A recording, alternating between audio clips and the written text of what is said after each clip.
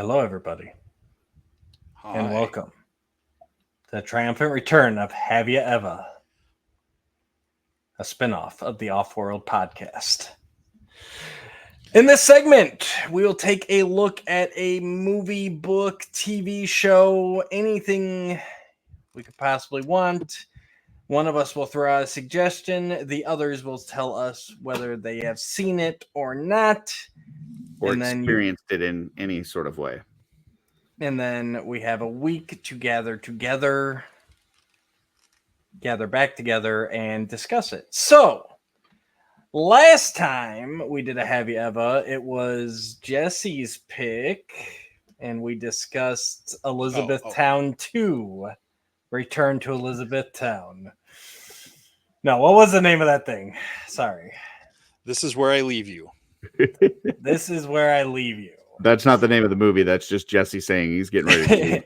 He's done with me. Yeah. And so at the end of that episode, I threw out the next suggestion, and that was Mel Brooks's 1974 comedy classic, Blazing Saddles. So now we have had our chance, our week, to take that in. Week? Week, yes. It's a week between. Let's go around real quick and remind us. Obviously, I have seen that before. I threw it out. Curtis, had you ever seen Blazing Saddles? I had seen bits and pieces of it when like my dad was watching it, but I had never like sat down and watched it from start to finish. Gotcha. Joe. Yeah, I'd seen it before, but probably in my early 20s, Okay. late teens, early 20s, somewhere in that ballpark. So I hadn't watched it in a very long time. Gotcha. And Jesse. No. You've never seen it. So just a little bit of background information. This is Mel Brooks. It stars Cleavon Little, along with Gene Wilder. And it is a satirical take on Westerns in which crafty railroad worker Bart becomes the first black sheriff of Rock Ridge. And he has to save the town. This was released on February 7th, 1974. Written by Andrew Bergman, Mel Brooks, Richard Pryor, Norman Steinberg, and Alan Euger. Rated R, and it is a comedy Western. Gentlemen, we have now had a chance to check this out. Let's start with Curtis. What did you think of Blazing Saddles? Oh no, don't start with me. Okay. Curtis does not want.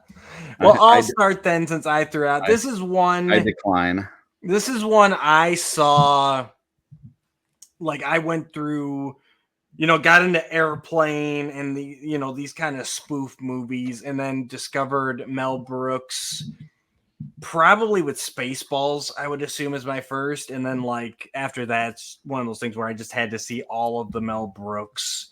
And this one, Gene Wilder and Cleavon Little are just fantastic. And this is one I've revisited. Probably saw it first in my early teens, and every time I revisit it, I pick up on different jokes and things that throughout it. And I've always loved Mel Brooks' style of comedy with his irreverent takes and his sight gags and everything else. So, yeah, it's all even rewatching it, I'm still busting up all these years later.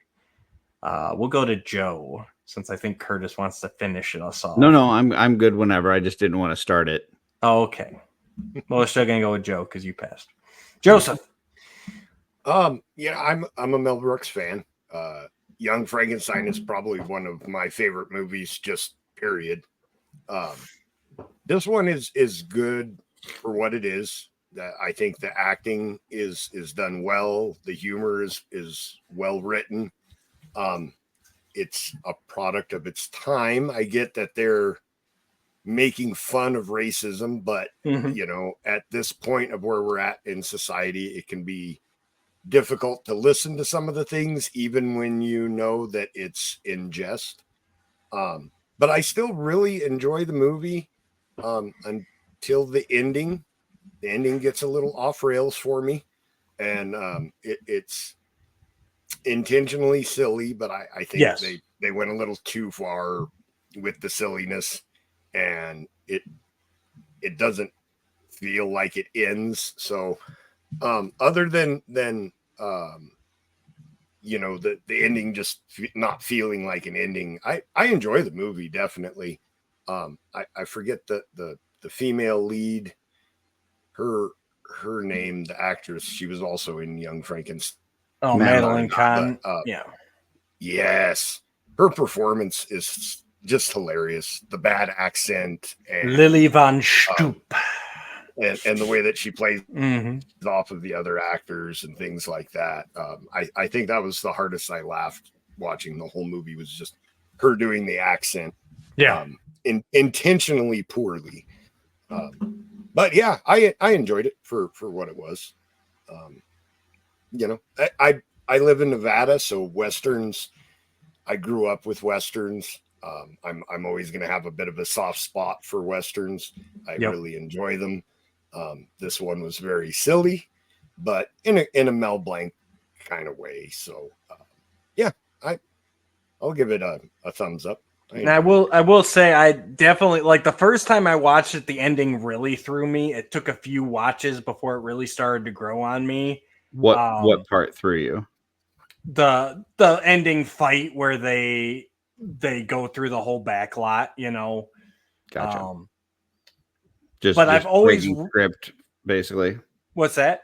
Just like breaking the fourth wall and going into like the real world. And that yeah, they're in the cafeteria and everything else, and but I've always loved the little button on it where, you know, after they go back to the village and they have the actual ending scene, and then they ride the horses out of town until they meet the car, and then they go get in the car. Like, that part, I've always been like, okay, that's funny.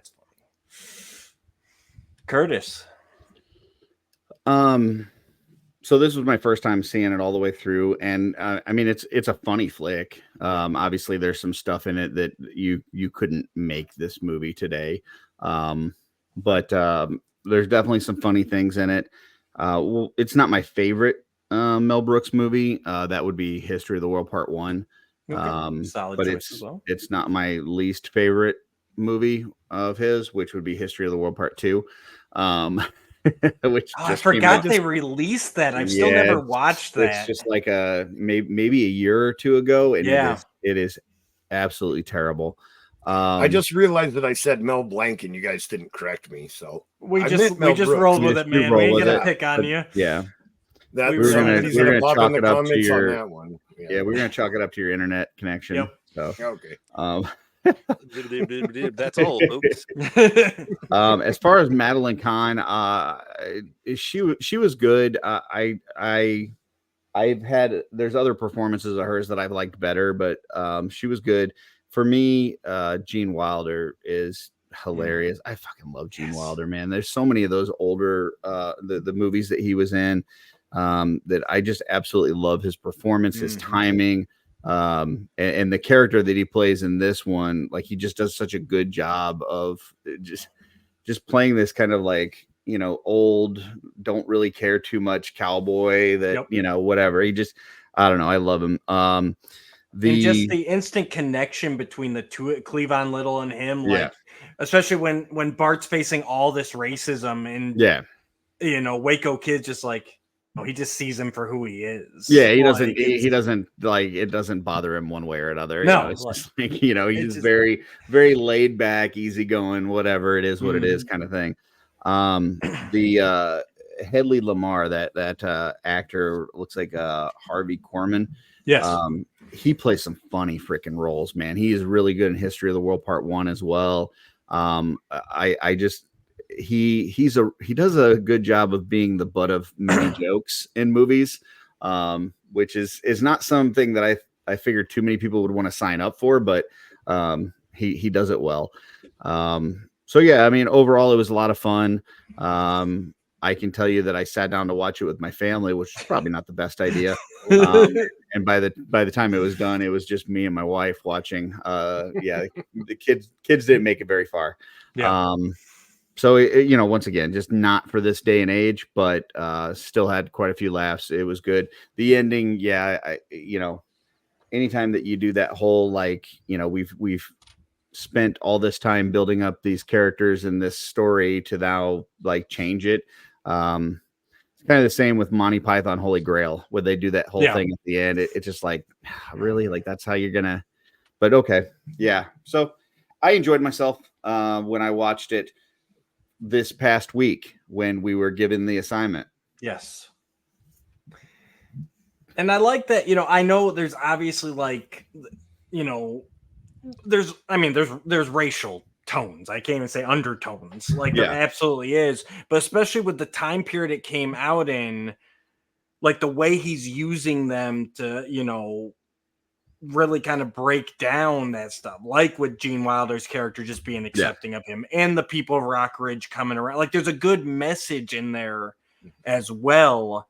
And them playing on those tropes for humor, just it works for me. And the beginning where they're trying to get them to sing, why don't you sing one of them good them songs and everything, and they keep doing all the smooth melodies, and like, no, not that. Like it's so over the top too, yes, that it shows how fucked up it is. Exactly. So I think, like, even if you're somebody that, let's say you have some sort of, I don't know, maybe you're just somewhat racist, or you're like, it's so fucked up that I think don't do that salute while you're talking about that, Curtis. I'm just saying, like, even somebody that's not, not normally offended by that stuff would go, okay, yeah, that's fine. Like the whole quicksand thing where they're like trying to save the cart, right? Not the cart. And don't give a shit about the two guys. It's like you watch that and you go, that's fucked up. That's so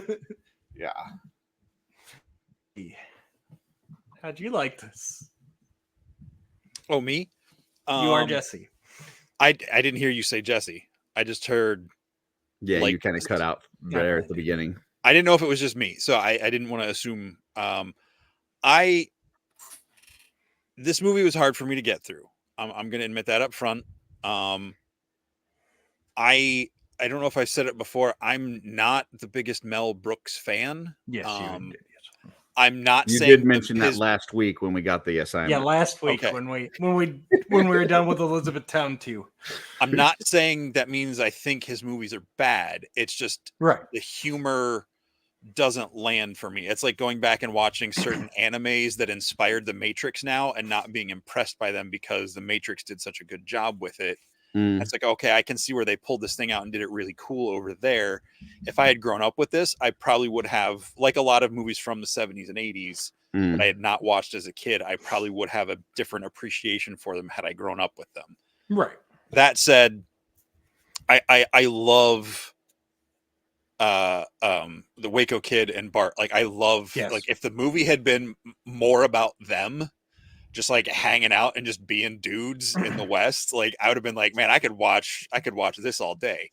Like I like it. It took a while, for the sense of humor and what they're like. I got what they were going for, but I'm like, oh man, this is like, it was rough. It was rough, and I know that was the point. Like they, like you said, especially coming out in the early 70s, mid 70s.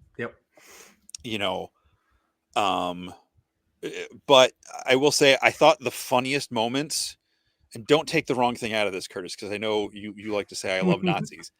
My favorite part of the movie, like the parts I like genuinely laughed out loud at, were when Bart and the kid are in the line to register to be bad guys. Oh yeah. Like there's like 3 beats through that whole sequence that I was just like, I was dying. Like they had me rolling. He's like, and for my next trick, Jesse Owens. And he just like that caught me so off guard. Like, and even though I like, where the white women at? Like, even though I've heard that before, I'd never seen it in the moment. So like, there's even like him taking himself hostage. Yeah. Oh, and he's like, I'm gonna shoot him. Like, there are some good moments.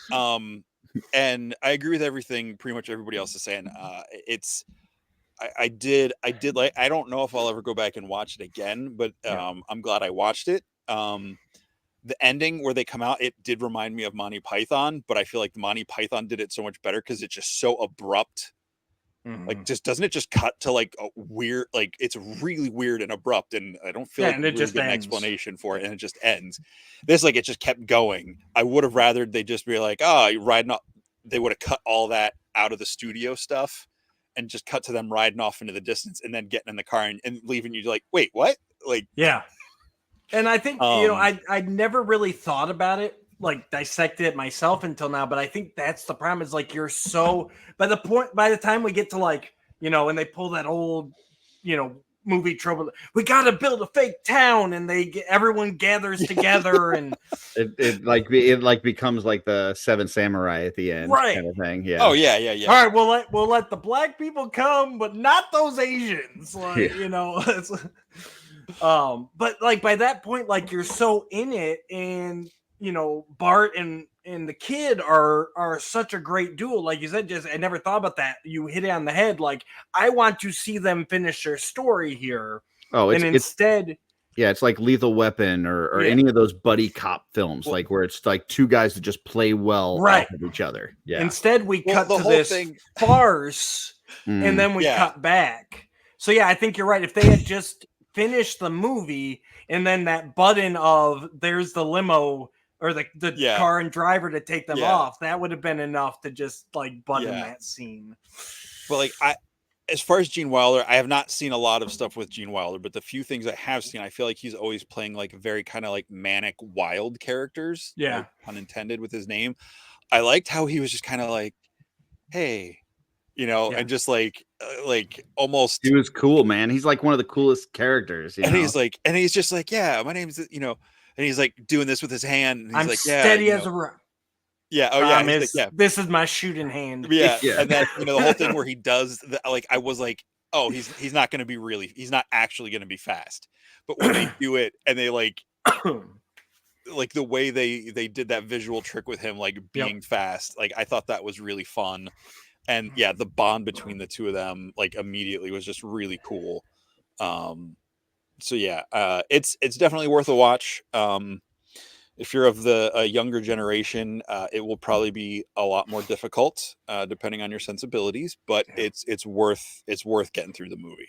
And that's kind of unfortunately, like with these types of movies that are so not even so much Blazing Saddles itself, but like you get into like the airplane like type, like they're so they have so many references that like the older they get, the harder it is to like I mean, our kids don't even know what a fax machine is at this point. Yeah, like you get in the airplane and like they start talking about speak and jive and all that. Did you see Mafia? Yeah. The what? I think Mafia, so. The movie Mafia. It's kind of like they would do like all the movies, like the Not Another Teen Movie or superhero movie. Mafia. It was one of those where they kind of mash up a couple like mobster movies, and I forget who the characters are, but the girl gets out of the car, and it's kind of like the Godfather kind of, they're coming for a wedding or whatever, and the guy like, welcoming her, like grabs her hand, and he's like, Bella, and she's like, Lugosi, and like I lost it, right? Because the actor Bella Lugosi, like I'm sitting in the theater cracking up. It was crickets. Like, am I unhinged? Right, because that was freaking funny, and it's only going to get worse as the years go on. It's like it's one of those things, like those cultural touch points just get lost. And like I'm not old enough to be a Bela Lugosi, like I didn't grow up watching him, but I know the reference. And, right. And that movie came out in like late 90s, early 2000s, so like I was seeing it with peers. All right. Well, I'm glad I'm an old soul. I'm actually surprised that was an overall positive. I was really worried about Curtis and Jesse there, so I'm glad you guys found some joy in there. I mean, I unlike Jesse, I am a Mel Brooks fan. Like I actually like almost everything that he's done, with the exception of Young Frankenstein, because of the singing, which we've talked about. I'm just not a big singing fan. I like musicals. So, but I do like most of his movies. It was just one. I prefer movies that I can watch with my family, and this was one that I tried to, and it just didn't work out. So for that aspect, I wouldn't you know, I Right. don't foresee myself watching it again, but there was definitely good parts to take from it for sure. Wonderful. All right, so I believe that means Curtis is up next. Curtis, what is your Have You Ever? The Have You Ever I'm gonna do that I'm giving you right now for next week that we're Right. going to do is a movie called The Drop. It is Elephant Drop? No, Dumbo Drop? Just The Drop. That's it. Dumbo Drop. And it stars James Gandolfini, Tom Hardy.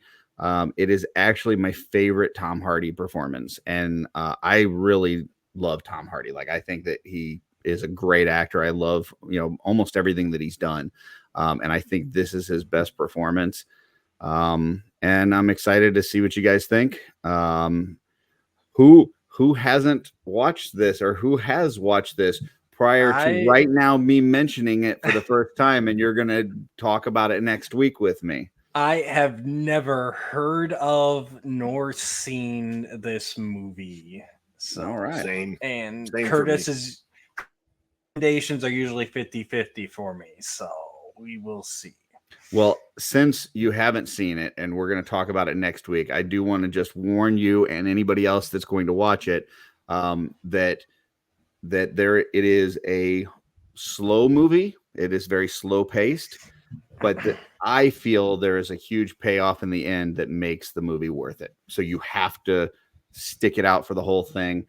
Just like recently when we talked about Fallout with Joe, and I felt midway through the first episode that I didn't know what the hell I was watching, but I stuck it out and it paid off, and it you know, was worth it in the end. So I think this will be worth it for you guys, but we will see next week when we talk about it together. That's good to know, you know, since we're going to be watching it. Yeah, I absolutely. have seen this a few years ago. I had a friend, we used to do like a movie night weekly or bi-weekly, and it was one of the movies we watched, like a group of people. So I have seen this. Mhm. And I agree with Curtis. Spoiler alert. All right. All right, guys. So you have 1 week to watch The Drop.